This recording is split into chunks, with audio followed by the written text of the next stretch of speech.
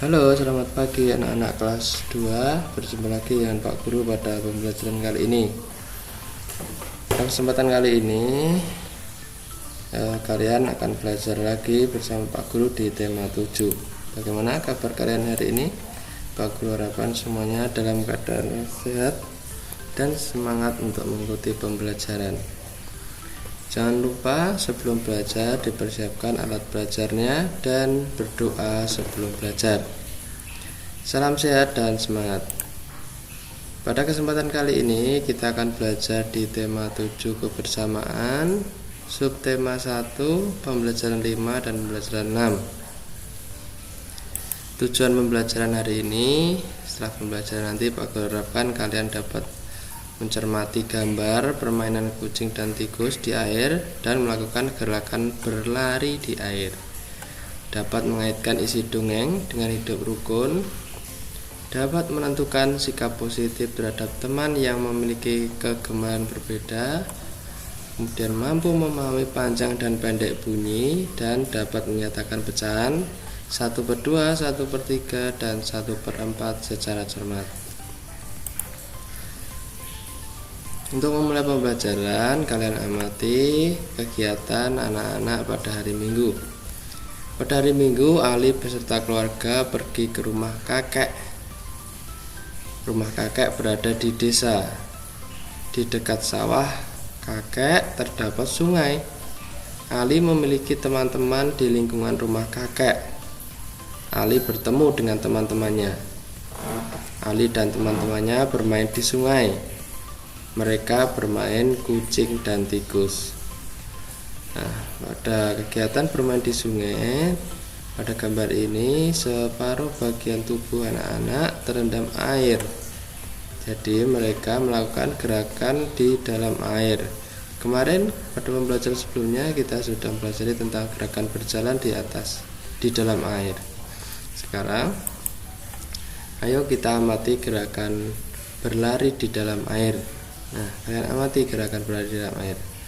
Hampir sama dengan gerakan berjalan di atas air, yaitu posisi badan agak dicondongkan ke depan supaya memperoleh dorongan yang kuat dalam berlari. Kemudian mengangkat kaki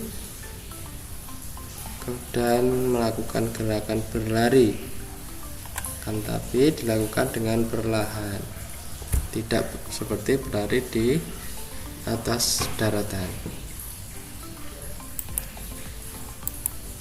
Setelah bermain di sungai, Ali dan teman-temannya duduk di pematang sawah.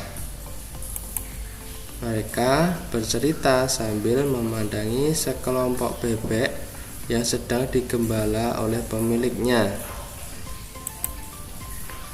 Nah, ada kelompok bebek yang digembala pemiliknya.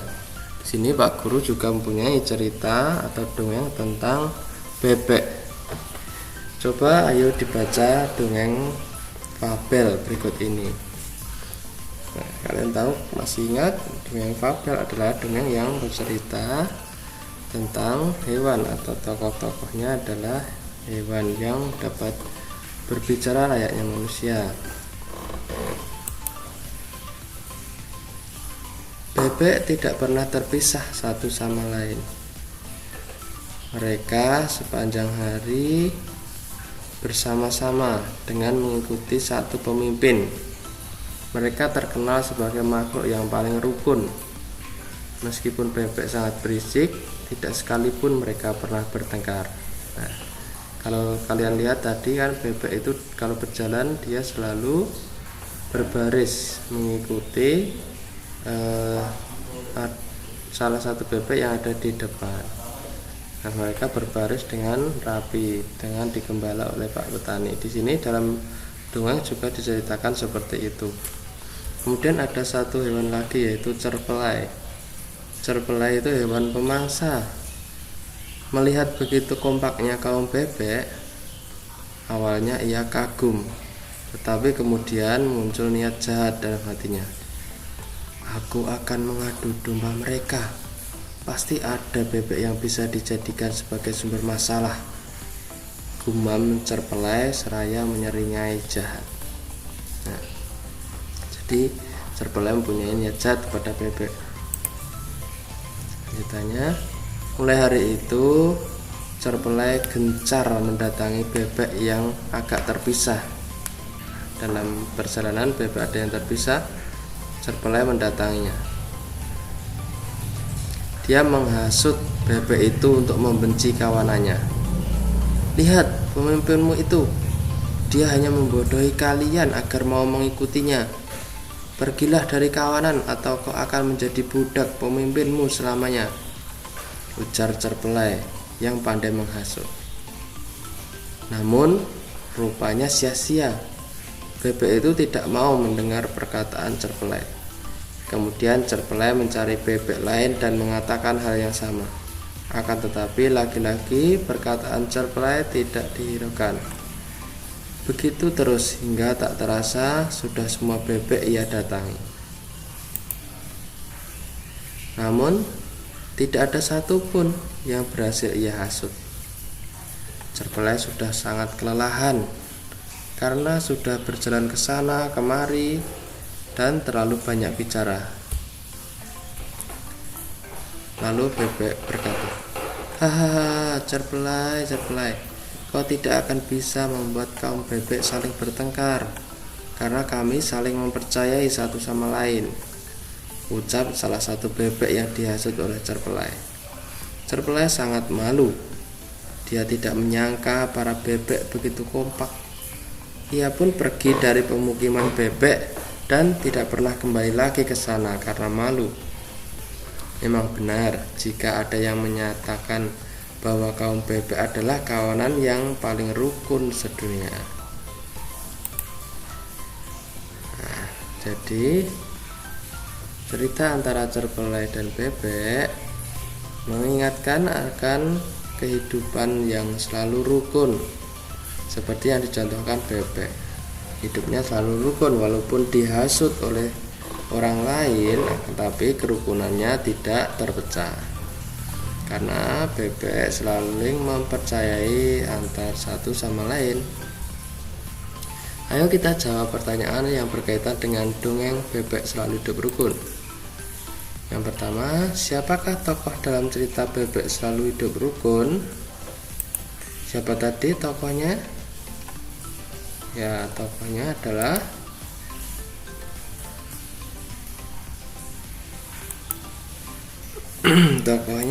Cerpelai dan bebek, ya. Cerpelai dan bebek.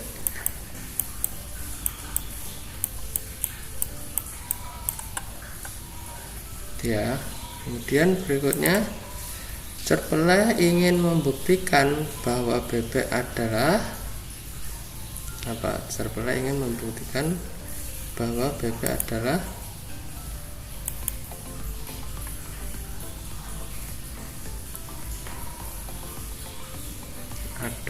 kelompok hewan yang rukun. Nah, coba nanti kalian jawab. Nomor 3, Cerpelai menghasut bebek agar meninggalkan. Nah, Cerpelai menghasut bebek agar meninggalkan kawanannya.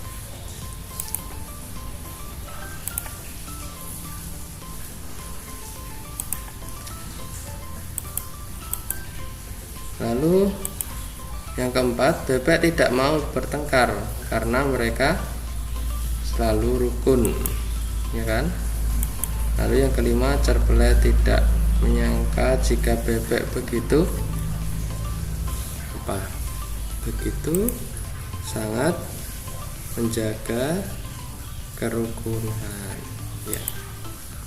Yang keenam, Cerpelai tidak pernah pergi ke pemukiman bebek karena apa tadi? Karena malu, ya. Lalu kita lanjutkan tentang kehidupannya rukun di keluarga. Berkumpul bersama keluarga. Pada minggu malam, Siti berkumpul bersama keluarga. Ayah dan ibu bercerita tentang fabel. Nah, di dalam keluarga, Kerukunan biasanya tampak di saat anggota keluarga sedang berkumpul, seperti anggota keluarga Siti yang sedang berkumpul bersama keluarganya. Kemudian ayah dan ibu bercerita dongeng, yaitu tentang fabel.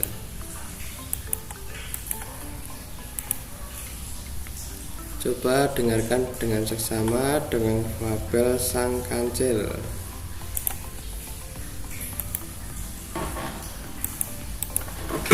Dan Cicak Badung. Kemudian tulislah kembali dongeng Sang Kancil dan Cicak Badung dengan bahasamu sendiri. Yang mana? Sang Kancil dan Cicak Badung. Nah, bagaimana dongengnya? Masih mau mendengarkan lagi? Ya, kita baca bersama-sama atau kalian dengarkan. Sang Kancil dan Cicak Badung. Di suatu ketika, Kancil sedang bercengkerama dengan kawanan semut. Dia meloncat-loncat di sepanjang parit kecil yang dialiri air yang jernih. Sementara para semut berlari-lari di pinggir parit sambil menari dan menyanyi. Sebagian semut yang lain berlayar dengan perahu daun-daunan di belakang Sang Kancil. Ketika para semut melihat segerombol buah apel merah menjulur ke sungai, mereka berteriak-teriak pada Sang Kancil untuk memetiknya. Maka Sang Kancil dengan gesit melompat dan menyundul apel-apel itu hingga jatuh ke parit, lalu mendorongnya dengan kaki ke tepian. Tak berapa lama kemudian, para semut menerubungi apel-apel tersebut dan mulai memotongnya menjadi potongan kecil-kecil. Sebagian dipanggul, sebagian lagi diangkut ke atas perahu daun. Begitulah acara bermain dihentikan sejenak setelah mereka menemukan tempat yang nyaman untuk beristirahat sambil menikmati apel. Namun saat para semut sedang berpesta apel, tiba-tiba muncul binatang melata yang merayap cepat dan menangkap potongan apel yang paling besar dengan lidahnya, lalu cepat-cepat kabur. "Wah, ada pencuri, pencuri, pencuri!" teriak para semut dengan kagetnya. Kancil yang sedang enak-enak berjemur mengeringkan tubuhnya sambil menikmati manisnya buah apel jadi kaget.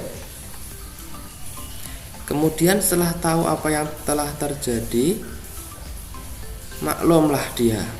Rupanya ada cicak badung yang berulah menyerobot potongan apel yang dibawa para semut.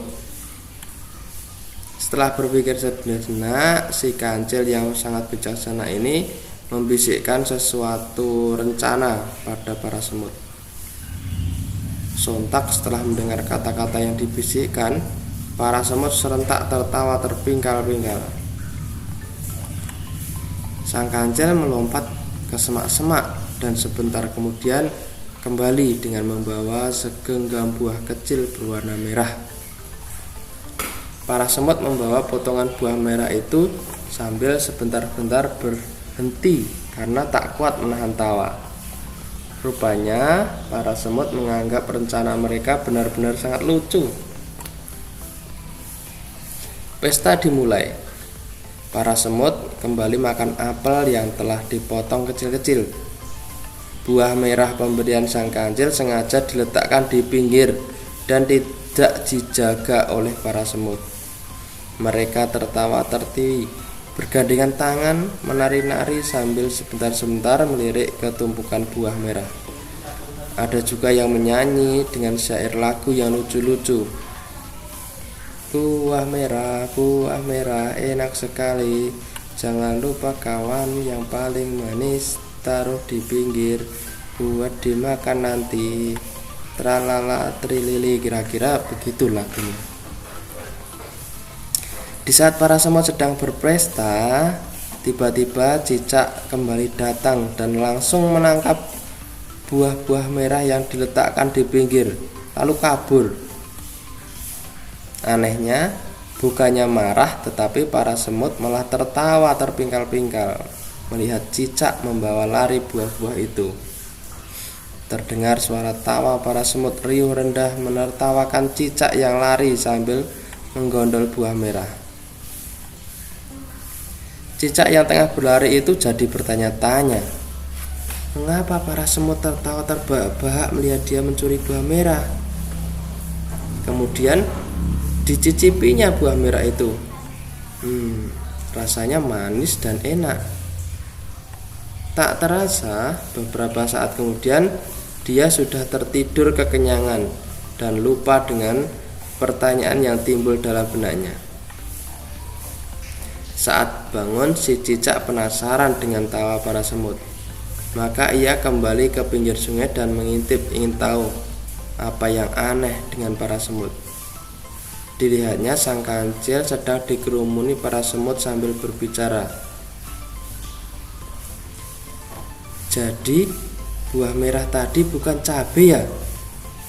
Percuma dong kita gagal memberi pelajaran kepada si pencuri, kata seekor semut paling besar mewakili teman-temannya.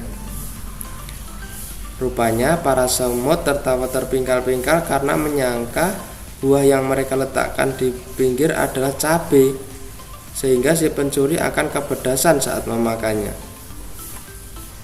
Saat tahu buah merah itu bukan cabai, mereka jadi kecewa. Kalian terlalu tulus untuk bisa menjebak orang lain. Kalian tidak bisa menahan tawa terpingkal-pingkal mendengar rencanaku. Pastilah si pencuri akan curiga dan meneliti buah yang dicurinya. Saat tahu itu cabai, dia tidak akan memakan dan akan kembali untuk mencuri buah lainnya. Jadi aku ganti saja dengan buah stroberi yang banyak di sekitar sini. Biar saja dia kenyang. Ntar tidak akan mengganggu kita lagi, kata kancil. Para semut saling berpandang-pandang dan mengakui bahwa mereka tidak bisa menahan diri untuk tidak tertawa. Pastilah si pencuri mendengar tawa itu dan curiga. Para semut memang tidak bisa berpura-pura. Mereka selalu jujur dalam bertindak dan berkata-kata. Pencurinya adalah si cicak kecil yang bandel. Biarlah nanti aku datang ke rumahnya sambil membawa sekeranjang stroberi dan sedikit nasihat, biar dia tidak mencuri lagi, kata si kancil. Cicak kecil meneteskan air mata mendengar semua kata-kata si kancil. Rupanya sang kancil mengganti cabai dengan apel, bukan saja karena para semut tidak bisa menahan tawa, tapi juga karena dia sayang kepada cicak. Buktinya sang kancil akan datang ke rumahnya sambil membawa sekeranjang stroberi. Diam-diam cicak kecil merasa dirinya telah melakukan perbuatan hina kepada makhluk-makhluk yang baik hati. Dari bacaan Undil 2010. Nah, itulah cerita atau dongeng tentang kancil dan cicak badung.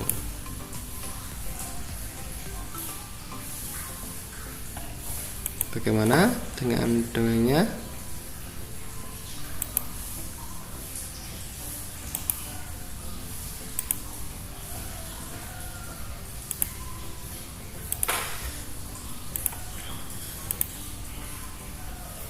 Menurutmu bagaimana sikap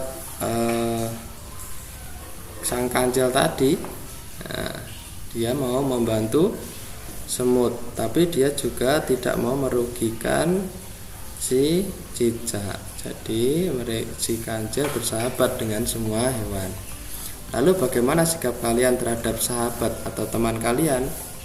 Apakah kalian juga bersedia membantunya saat tertimpa masalah? Nah, apakah kalian akan membantu orang lain yang mengganggu? Nah, bagaimana sikap kalian? Coba kalian ingat-ingat sikap kalian ketika bermain bersama teman. Coba sekarang kita teliti tentang sikap-sikap. Ini Pak Guru mempunyai beberapa gambar kejadian yang menggambarkan kerukunan. Ayo kita beri tanda centang atau tanda silang untuk perilaku yang tidak menggambarkan kerukunan, itu disilang. Lalu untuk yang perilaku menggambarkan kerukunan kita centang. Yang pertama, gambar pertama kalian lihat di sini menggambarkan kerukunan atau tidak. Nah, di sini menggambarkan anak yang sedang bertengkar, berarti ini tidak menggambarkan kerukunan. Lalu gambar yang kedua, ya, ini adalah keluarga Siti yang sedang berkumpul bersama keluarga mendengarkan dongeng dari ayah dan ibu. Berarti ini menggambarkan kerukunan. Lalu di sini, nah, gambar yang ketiga ada sekelompok anak yang sedang bermain bersama-sama. Di sini semua mereka bahagia, tertawa, tidak ada yang marah-marah, tidak ada yang menangis. Nah, berarti ini menggambarkan kerukunan, kita centang. Lalu yang keempat, ada sekelompok anak yang bermain, akan tetapi mereka sedang merebutkan satu mainan atau berebut mainan. Berarti ini tidak menggambarkan kerukunan.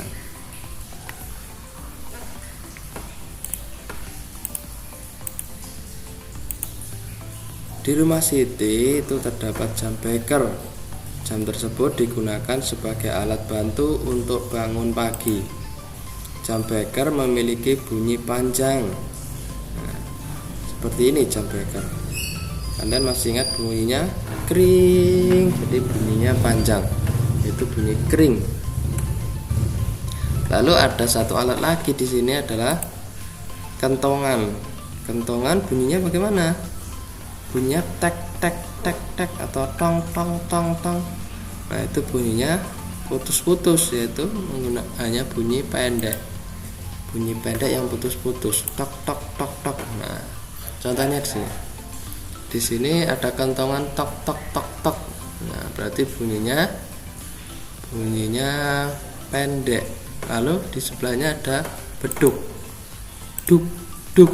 Nah, berarti bunyi beduk juga pendek. Lalu di sini juga ada peluit.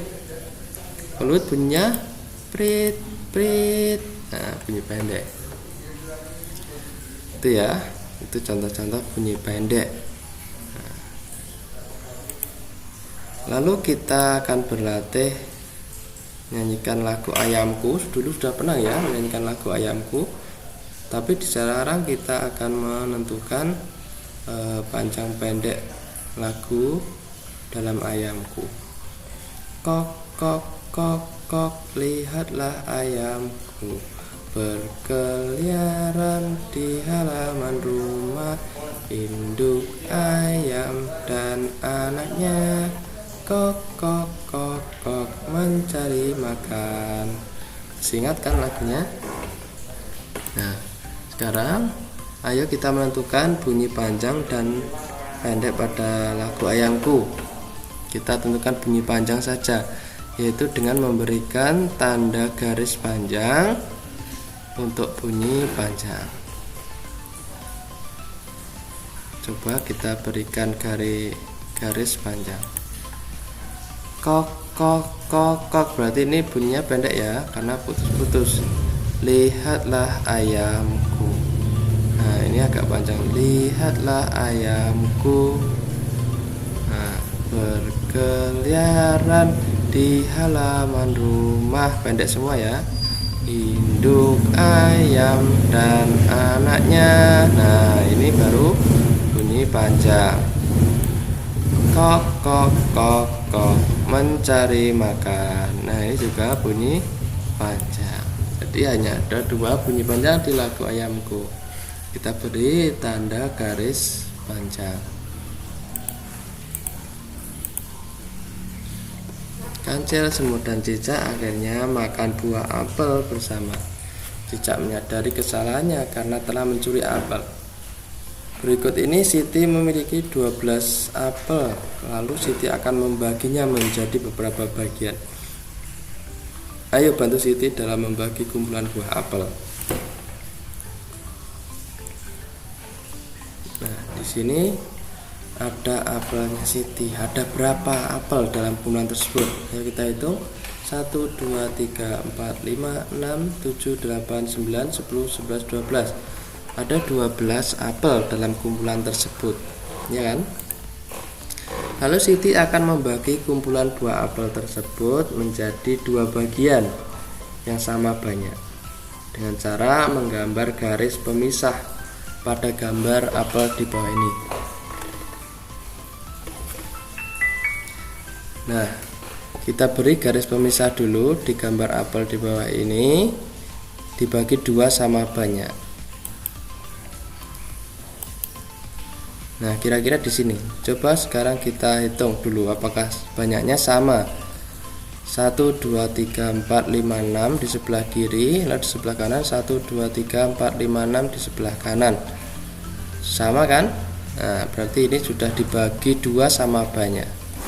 Jadi dari satu kumpulan apel ini adalah setengah bagian kumpulan, dan ini juga setengah bagian dari kumpulan. Setengah bagiannya berisi berapa tadi? Berisi 6. Betul. Nah, dari 12 apel, setengah bagiannya adalah 6. Ya kan? Kalau di 12 dibagi 2 tepat di tengah, setengah bagiannya 6. Di sini juga 6. Udah paham? Sekarang kita lanjutkan di pembagian yang lain. Siti membagi kumpulan buah apel menjadi 3 bagian yang sama banyak dengan cara menggambar garis pemisah pada gambar di bawah. Ayo bantu Siti dalam membagi kumpulan buah apel.